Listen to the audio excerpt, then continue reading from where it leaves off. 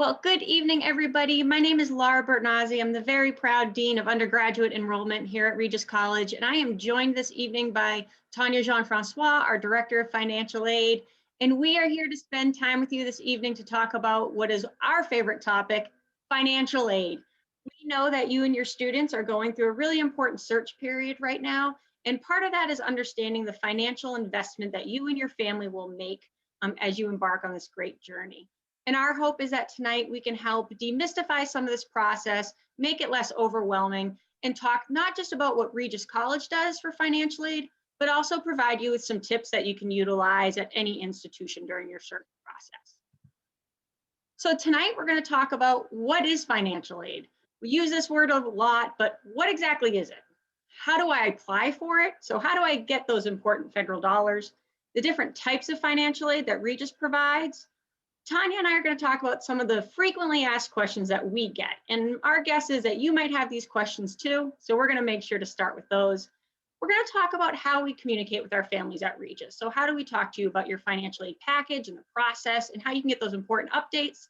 And then of course, we're going to have question and answer period. Please note that at any time tonight, if a question comes to you, feel free to put it in the chat box, direct those to me. Again, my name is Laura. And we'll make sure that those get put into the queue to make sure they're asked this evening. We do ask that if you have a question that's really specific to your individual or family circumstance, and maybe it's more private in nature, that you direct that question directly to one of Tanya's team members.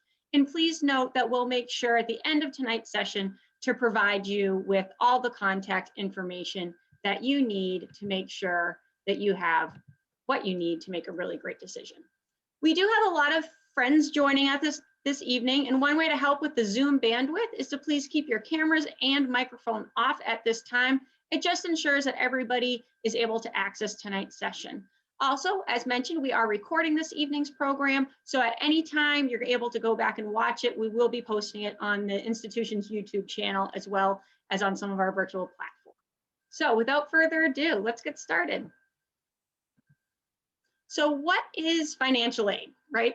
Regis offers two primary types of financial aid to our full-time undergraduate students. Those are merit scholarships and need-based scholarships. So tonight we're going to talk about both of those. How do you or your student apply for merit scholarships? And then how do you apply for need-based scholarships? There's also other types of financial aid available to you. So at Regis, those include things like the residential grant. If a student lives on our campus, then they receive a residential grant, and that goes with them every year, provided they live on campus. There's also outside scholarships. So maybe you or your student have applied for the local scholarship with your youth club or your local church, or maybe through the history department at your high school. Those are what we call outside scholarships. We also have specialty scholarships. So the Alumni Award, the Presidential Catholic Scholars Award, our Diverse Educator Program. Those are some of those Regis specialty scholarships. And then of course, we also have military benefits. So if you or yourself are a military connected learner, you may be eligible for GI funding through that program. And we are really proud of our military friendly status, and we're certainly available to help you with that process too. We like to remind all of our community members that Regis is an NCAA Division III university. We are really proud that 33% of our undergraduate students are student athlete scholars on our campus. But as a Division III university, we also like to remind everybody that Regis does not offer athletic scholarships of any kind whatsoever as a D3 university. So, merit scholarships. These are the scholarships that your student will receive upon admission to the university. So if you've already been admitted to Regis, you have received not only your offer of admission to our prestigious university, but also a merit scholarship. Your merit scholarship is awarded to you at the time of your admission, and that's based on your recalculated weighted high school GPA at the time of your application process. Those funds do not take into consideration the financial profile of your family. So that means that that's money that will travel with you during your undergraduate experience, provided you maintain your GPA eligibility status. When you receive your financial aid letter, you receive with it a little brochure that goes over all of our financial aid awarding processes. And in that booklet, you'll also see the GPAs that are required to maintain your scholarship year over year. But provided your student or yourself maintains your academic standing, those funds are going to travel with you all 4 years. So some of you may have heard me say this before. I know Tanya has. I think of financial aid as a house, right? And your foundation to your financial aid package is your merit scholarship. And the rest of your financial aid is built upon that strong foundation. So first of all, congratulations to the admitted students on this call, because you've also received a merit scholarship, I bet. And to those who are thinking of applying, please know that you don't need to take any extra steps in order to apply for a merit award. It's also really important to note, especially during this time of COVID, that SAT and ACT scores are not considered in any of our merit awarding process.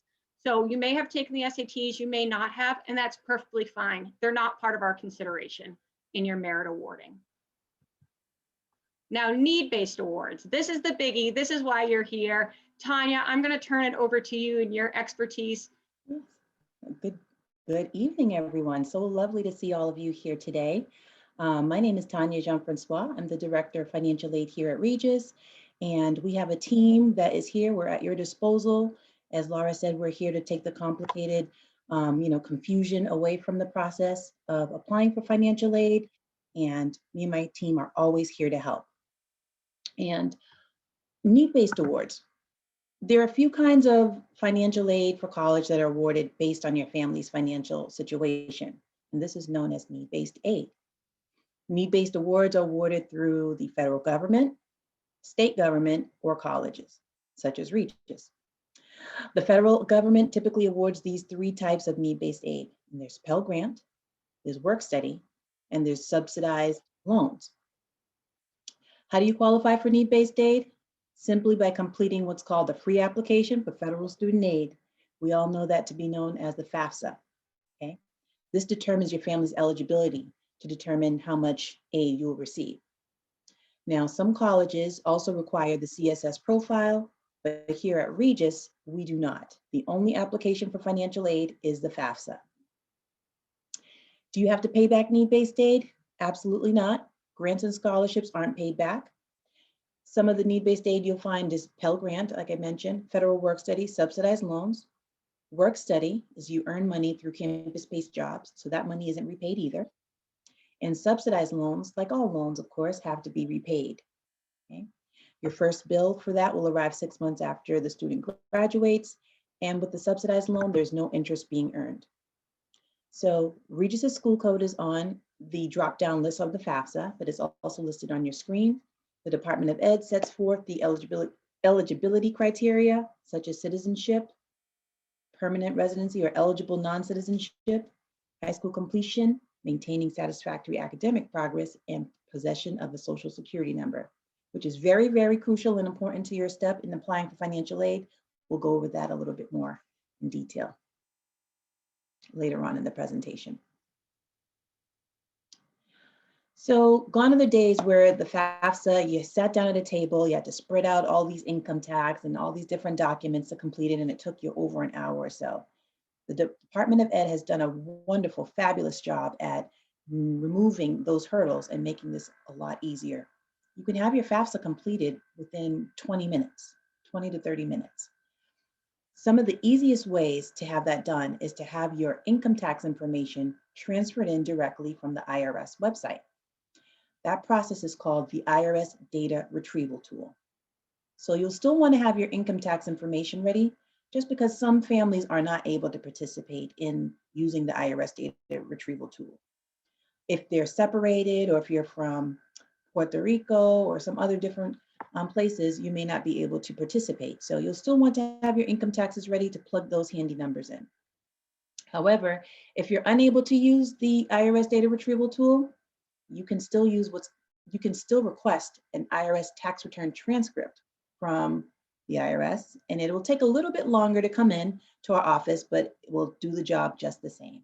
So it'll help you get your FAFSA completed. Now, the other thing I wanted to let you know before we go here is that for families, you will need to have what's called a federal student aid ID, username and password in order to electronically sign your FAFSA. That's very important. So the parent will have one to electronically sign, and the student will have a username and password to sign as well. If you have more than one child, then each student will have their own federal student aid ID, and that will travel with them. But it's very handy dandy So you'll need to have that completed. You'll need to have that created before you can complete your FAFSA. So once you've completed the FAFSA, it takes 3 to 5 days for the Department of Ed to process it and send it over to our school. From that point on, my department will determine if your financial aid award is ready as is, if your FAFSA is ready as is to complete a financial aid package for you, or if we need additional information. If we need additional information, or any other school, it's very important that you turn that document into the school as soon as possible, because it can cause delays in getting your financial aid award sent out to you. Some of the reasons that cause delays are if the parent or the student has failed to sign the FAFSA. Hence, you need your federal student aid ID and username. If a student is selected for verification, which the government selects a fair amount of students every year just to determine if the information that you input on the FAFSA was correctly entered. So that's where financial aid will step in. And if it's not correctly entered, it's our job to help you correct it so that you can maximize the amount of financial aid that you're eligible for. If there's any incomplete or missing information, that will delay your financial aid award. And if there's no social security number provided on your common application. Your common application and your FAFSA are the two things that link in our system. Without a social security number, and we do understand that families, they wish to protect this very sensitive information from fraud and from other things, but this really and truly is needed by the college in order to link your FAFSA to your application to the college and provide you with an award. So if there are any reasons that you may have just forgotten to enter the social security number or forgot to input it, or you're just not comfortable with inputting it on the FAFSA, give our office a call. We can enter it into the system for you to move things right along.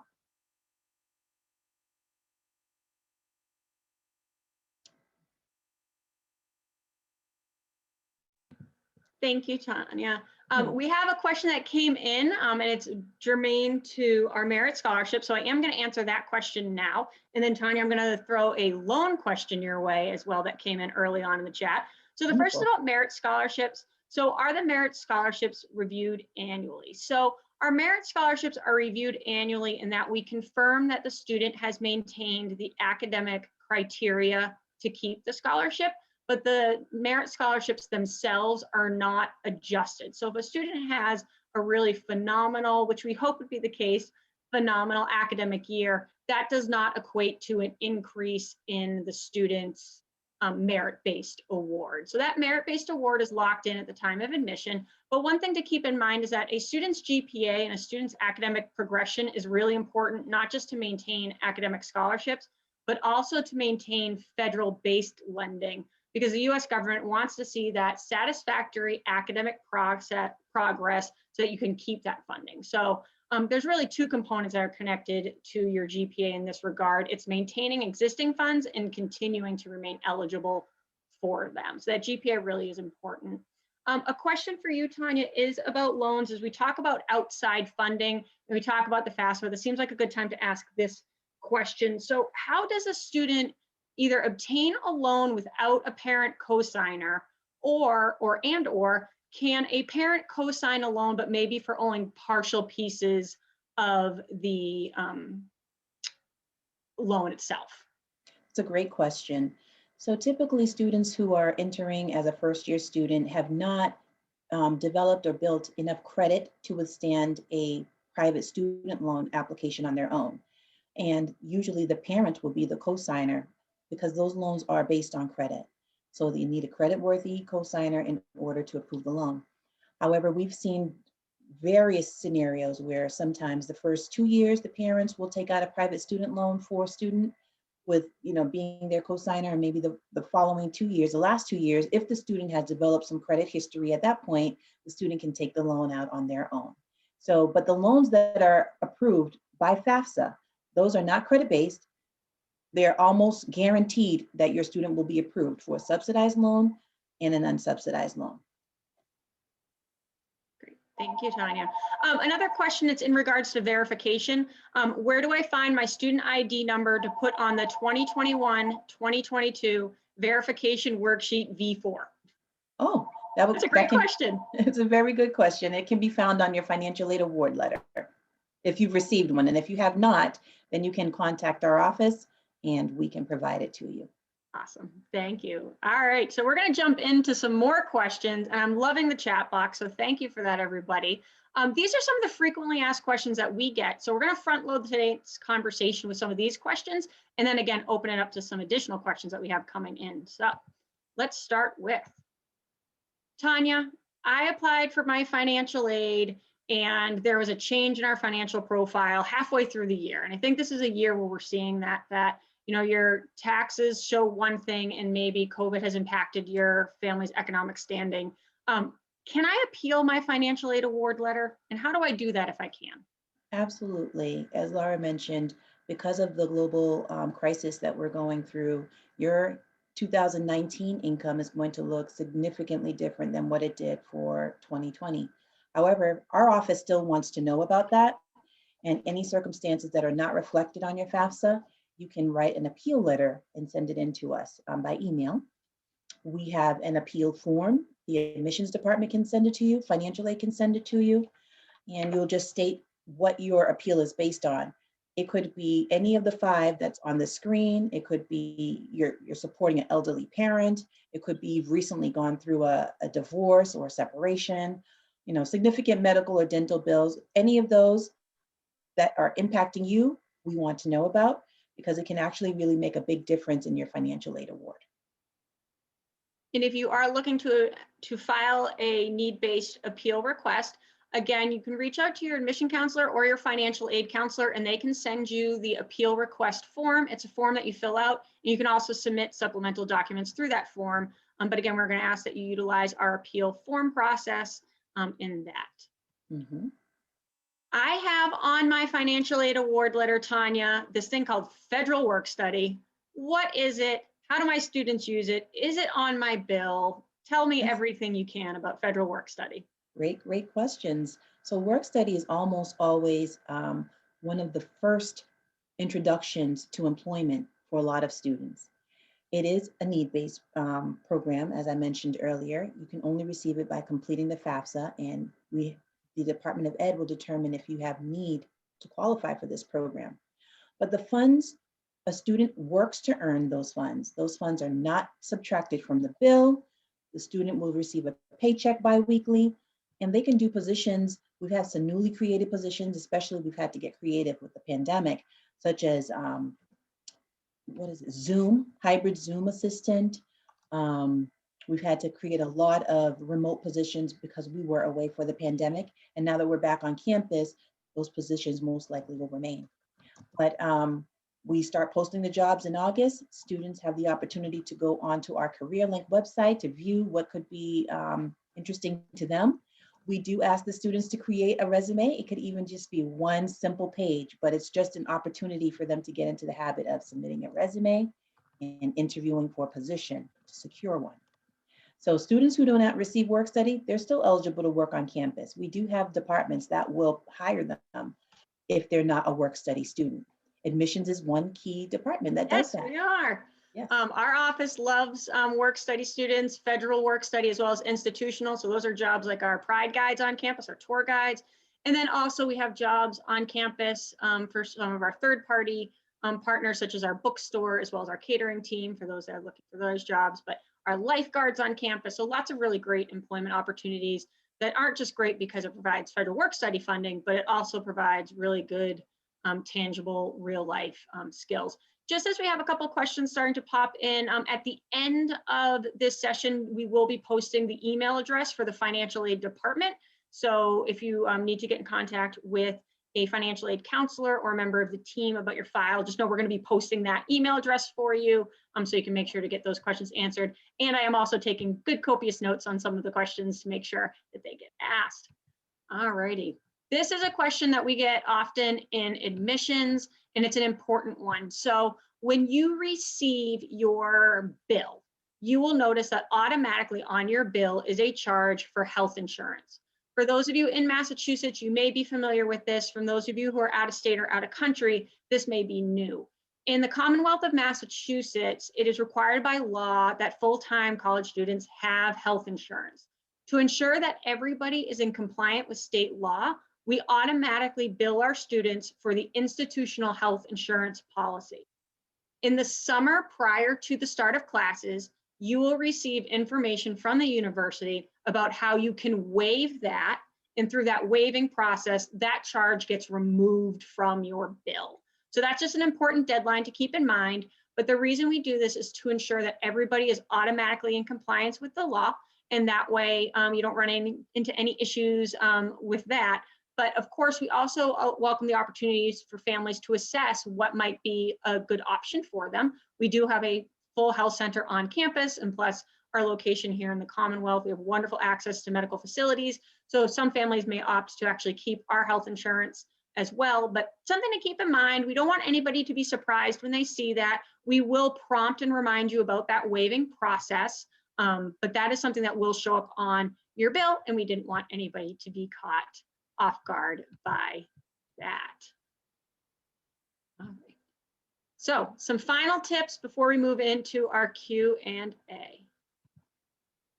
So the first is that communication about your financial aid is going to go through the student. That could be through their email on file or the US mail. We're really cognizant that right now you're getting lots and lots and lots of information from colleges. Keep in mind that some of the information you may be getting is your financial aid package, or it could be an important alert from financial aid that information is missing or that additional information is needed.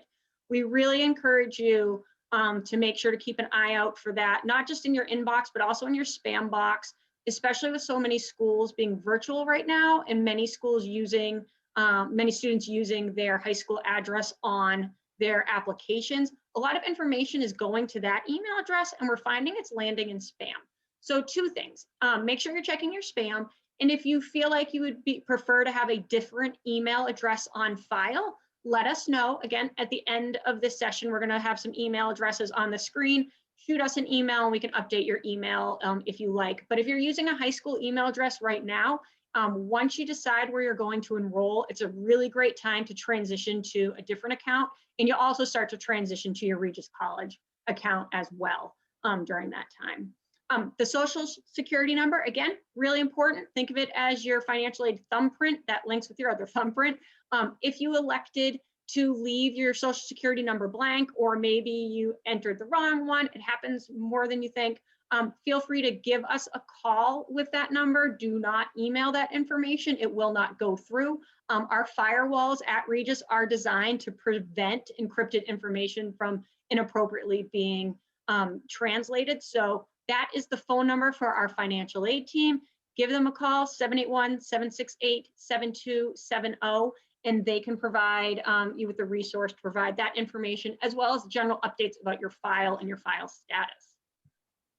So questions. I have a whole bunch of questions coming in, and I'm going to start at the top of the list. So please bear with me as they come through in case I'm going in them. All right, Tanya.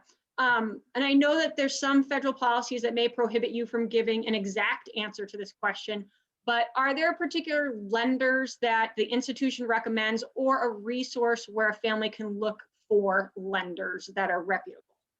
Okay, that's a great question. Regulations state that we can't actually, financial aid departments cannot actually recommend any specific loan to families. However, we do have a resource here at Regis that we use, and it's called ELM, E-L-M, select.com. You can go in there, type Regis as an undergraduate student, and this will give you a list of private student lenders that we have students that have used them in the past and have successfully been approved for loans. So you can definitely go in there. It's a great comparison tool, and a lot of our families find it very helpful. And I put that website in the chat box. Again, it's elmselect.com. Great question. Another question coming in, can you pay tuition monthly? So yes, that's a great question. In your financial brochure that you would have received, in there, it talks about our student payment plan. Tanya, do you want to talk a little bit about our payment plan options? Sure. We have a 10-month payment plan that is offered through our third party called Nelnet. You pay a very low fee to get started on the plan, and it's interest free. So a lot of families enjoy that as well. You can actually set it up for 10 months, which is the entire academic year, with fall and spring, or you can do it on a semester basis. Fantastic, thank you. Just to confirm, if you need your student ID, so your Regis College student ID for the verification worksheet, there's a couple different places you can go for that information. It is on your financial aid communication you've received. If for some reason you can't locate that, which I know I've misplaced things right now, you can contact your admission counselor and they can provide it, or you can contact financial aid and they can provide that to you as well. You're looking for a code that begins with a 102 or a 103. So if you see that number, that is going to be the first 3 digits of your student ID here at Regis College. Question coming in about the health insurance. If you're under your parents' health insurance, do you have to use the institutional one? You do not have to use it, but please note that it will be automatically billed.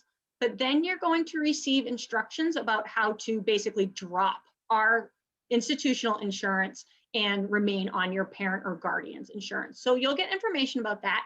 You'll get info about that through your email, as well as in brochures and materials that you'll be receiving digitally as you prepare for orientation.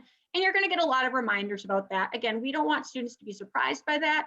And certainly if you're staying on your parent or guardian's insurance, we want to make sure that you have that process. A question regarding loans, Tanya. Students start repaying loans at 6 months post-graduation. If a parent co-signed, do repayments begin while the student is in college or 6 months after? So if the parent is the co-signer, do their repayments also begin 6 months out or sooner? Sure. So just to clarify, if a student receives a federal subsidized or an unsubsidized loan in their financial aid package, those loans are payable 6 months after they graduate. A student may receive quarterly announcements or disclosures from the Department of Ed regarding the interest that's accruing on the unsubsidized loan. However, the student is not required to make payments on the interest that's accruing. They can let the funds accrue until after they graduate. However, we always recommend in my office that if you have the funds and if you have the ability to pay the interest, we recommend you doing so. It just keeps your debt burden as low as possible. The private student loans are also payable 6 months after you graduate. So you have the options to defer the payments on the interest that's coming in, or you can defer them all until after you graduate. Thank you, Tanya. This is a question not about financial aid, but a great question, and I'm happy to answer it. Are students currently attending classes in person or remotely? Certainly an important question. So right now, Regis College, we are occupying our residency at a depopulated percentage. So normally we have about 800 students on campus, and currently we have about 400 on campus. Our students are living in singles, and that's very intentional to keep in line with best practice according to epidemiology. And then we have students commuting to campus as well, but students are attending classes in a multitude of ways. We have students who are in fully in-person classes. We have students who are taking a mix of in-person and hybrid classes. We have students taking hybrid classes and fully online classes. So we're really accommodating the needs of the students. There's some students who, for varied reasons, were unable to come to campus this spring, but they're still able to continue with their academic program because we're accommodating the delivery for the spring. But we have lots of our students back on campus. Many of our students are in academic programs that require in-person academic delivery. So as we did in the fall, those students are back on campus this spring and taking classes in person. So we did have students on campus in a limited capacity as well this fall, and we have more students on campus this spring, and we look forward to having students on campus again this fall as well. Okay. Okay, the question is, can I appeal a merit scholarship? Merit scholarships cannot be appealed. So a merit scholarship is what is given at the time, but certainly we encourage you to file an appeal if you want us to revisit the entire package in general, and you can reference that in your appeal. But merit scholarships typically are not adjusted. Can students, I just lost it, I'm so sorry. Can students who are undocumented or non-US citizenship status be included in the health plan charged to the school. Tanya, I believe all students are automatically billed for that, correct? Absolutely. Every student is billed for that as it's a regulation. It's required here in Massachusetts. So Great. Thank you. Can you explain the difference between an unsubsidized and subsidized loan? absolutely. That's always a popular question. The subsidized loan is actually not earning any interest while your student is in school for 4 years.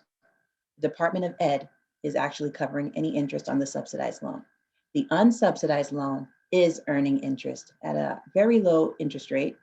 It's less than 4% throughout the entire 4 years of your student's academic career. Thank you. That is a question I'm going to respond to. Oh, okay. Admission question. Are you offering any tours individually or small group? Great question. So please make sure that you or your student is checking your Regis College email alerts that we are sending out. We are offering a limited amount of on-campus experiences. Those include tours of our external spaces, tours on the weekends of internal spaces on campus, as well as drive-through tour opportunities. So we are sending regular reminders about that. The March schedule will be going live really soon.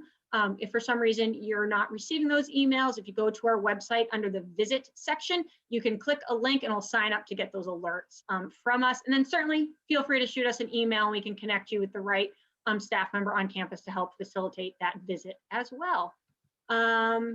Great question about the Lawrence Memorial Nursing Program. That is a separate program. So unfortunately, I can't speak specifically to their aiding process, but certainly at the end of this presentation, you're going to see my email address. Again, I'm Laura. If you send me an email, I'd be more than happy to connect you with our colleagues over at the LMH campus. All right. We have some housing questions coming in. We will be releasing out to students in the coming weeks information about our fall 21, spring 2022 housing plan. So keep an eye out for that. We will be sending out updates about our occupancies that's going on for that. Great question coming through. Lots of questions tonight. This is awesome, everybody.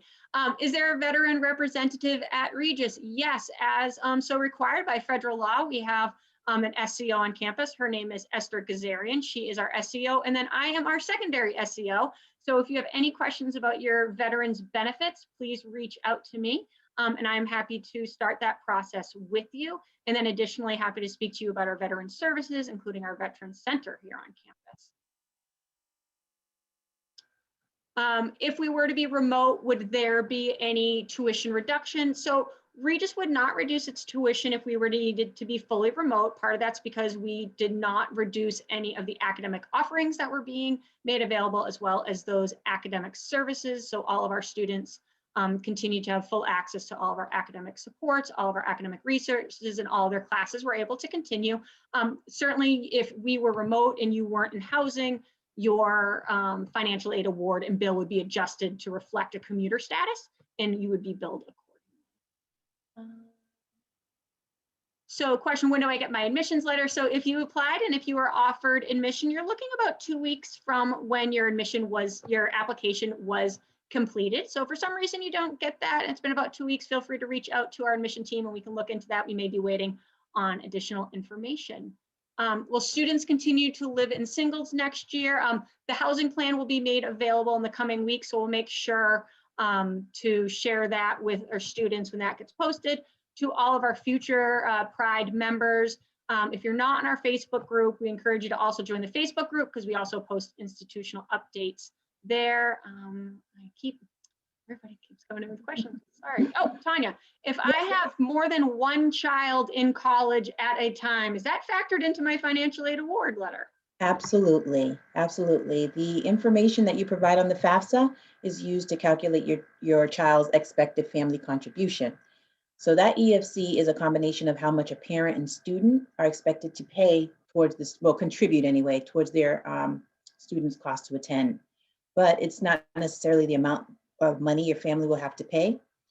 Either way, as you have more children enroll in college, the Department of Ed will divide the expected parent contribution portion by the number of children you have in college. Thank you. My student has expressed interest in studying abroad. Can they use financial aid to study abroad? 100%. They can carry their financial aid over with them, all except for any residential grants, because those only apply to them at Regis College. Great. Great question coming in. Can the merit scholarship or will the merit scholarship portion change if you change from on-campus to commuter? Your merit scholarship will not change. Your merit scholarship applies whether you're a resident or a commuter. However, the need-based calculation would change. So that's, as Tanya discussed, the subsidized and unsubsidized loans or need-based grants, those may change, and you will not receive the residential grant if you are a commuter. But your merit scholarship, so your Higgins or your Tower or your anniversary scholarship, that will stay with you whether you're a residential student or a commuter student. All right, I'm scrolling. It's good. We're getting a healthy set of Great questions here. questions. It's great. Okay, monthly, I think I might have gotten, did I catch up to everybody? Email, merit scholarship. Oh, what is an institutional grant? Well, it's monies that the school has determined your student is eligible for. It's monies that the student does not have to pay back. So it's definitely something that your student would wish to keep. It's almost like a scholarship.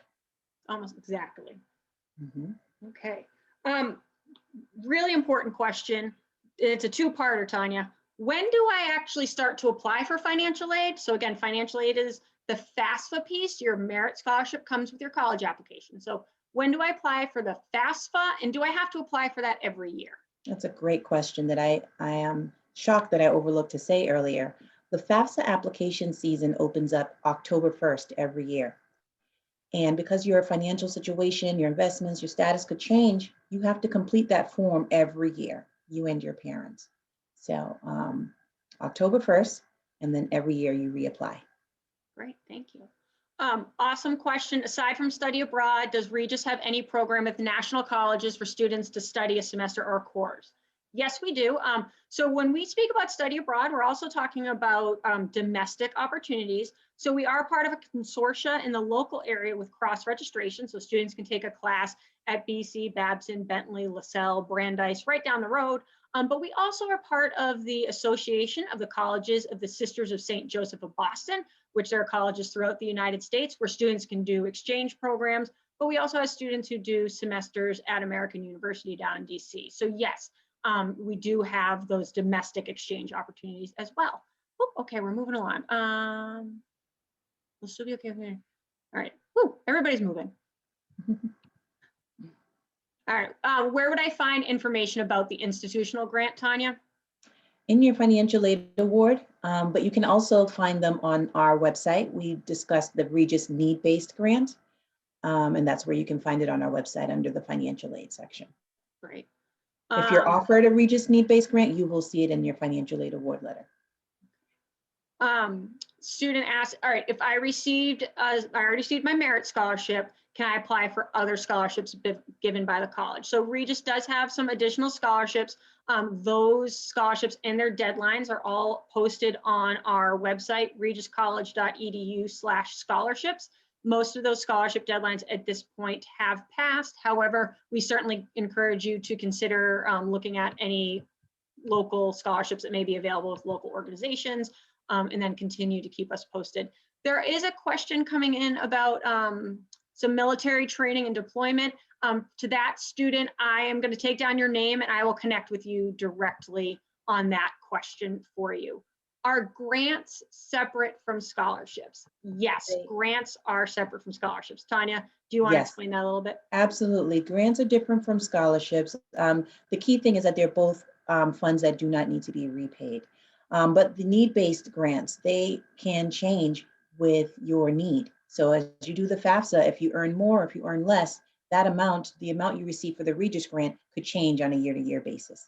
Right. So while your merit scholarship will always remain constant, right? So the merit scholarship you got with your admission letter is going to stay the same all 4 years, but your individual financial family profile can change. And with that change is where you may see changes in things like institutional grant. Mm-hmm. An institutional grant is what you receive based on your FAFSA information. So if you did receive a grant or you did not receive a grant, that has to do with the FAFSA. And if you have a question about that eligibility relative to your individual file, we really encourage you to connect directly with financial aid to kind of talk about your piece. I thought every Yeah. I see that question. I'm going to bring that question directly to the student. Sorry, keep scrolling back on me. I apologize, everybody, for that. If I made an error on my FAFSA, how do I correct it? You just simply log back in using your federal student aid username and password, and you can submit and edit to your FAFSA. It'll just take another 3 to 5 days for us to receive it, but we will be notified. Awesome. So if you've received your acceptance letter and your merit from Regis, and if you applied for financial aid and you've been packaged, you will receive a physical financial aid package in the mail that outlines everything. And you're looking for a package that has 3 documents in it. It has a general financial aid award letter, and then it has a cost calculation sheet, which I'm gonna have Tanya talk about what that is. And then it has this great little brochure in it, which is a very helpful resource guide. Tanya, do you want to talk about that cost calculation sheet and what that is and how that can be really helpful? Sure. We provide, along with your financial aid award letter and the award and financing guide, something called a college financing plan. A college financing plan is very handy as it details what your cost to the school is, and it gives you the breakdown minus your cost to attend minus scholarships and grants, and then your cost to attend minus scholarships and grants and federal loans. Some students choose to decline the loans and pay those out of pocket. Some students choose to accept it. So we provide the different breakdowns on that college financing plan. Okay. And there's also a very helpful cost worksheet within the award and financing guide as well, if you wish to just kind of cross-check your numbers and make sure everything's in the right place. Awesome. Thank you. I think, Tanya, those are all of our questions. Up on the screen, you are going to see I'm just sending this student a quick email back. You see our financial aid address, and that is our general financial aid account. So please feel free to send an email, and a member of Tanya's team will route that to your financial aid counselor. And then so you have it. This is Tanya's email address as well as my email address. For those of you that are military connected learners that I've been chatting with, feel free just to ping me on that email address and we'll look at your individual file. And then for some of you, I have notes to get back to you about some very specific questions. So we'll make sure that those get sent along to the appropriate office so that you get your questions answered. We are so grateful for your time today. We are grateful for the amazing questions that you have asked. We hope that you found this really helpful. And more than anything, we hope that this reassures you that at Regis College, you are valued and we see you, and that we want to make this process seamless and helpful and get you really excited about the important things like joining our community and beginning that next step of your academic journey. If you have any additional questions at any time, our virtual doors are always open, our phones are on, our email boxes are open, and we are here to help you. Absolutely. Thanks for your time. Thank you, everybody. Have a great rest of your evening. Continue to stay well and be well. Good night. Good night.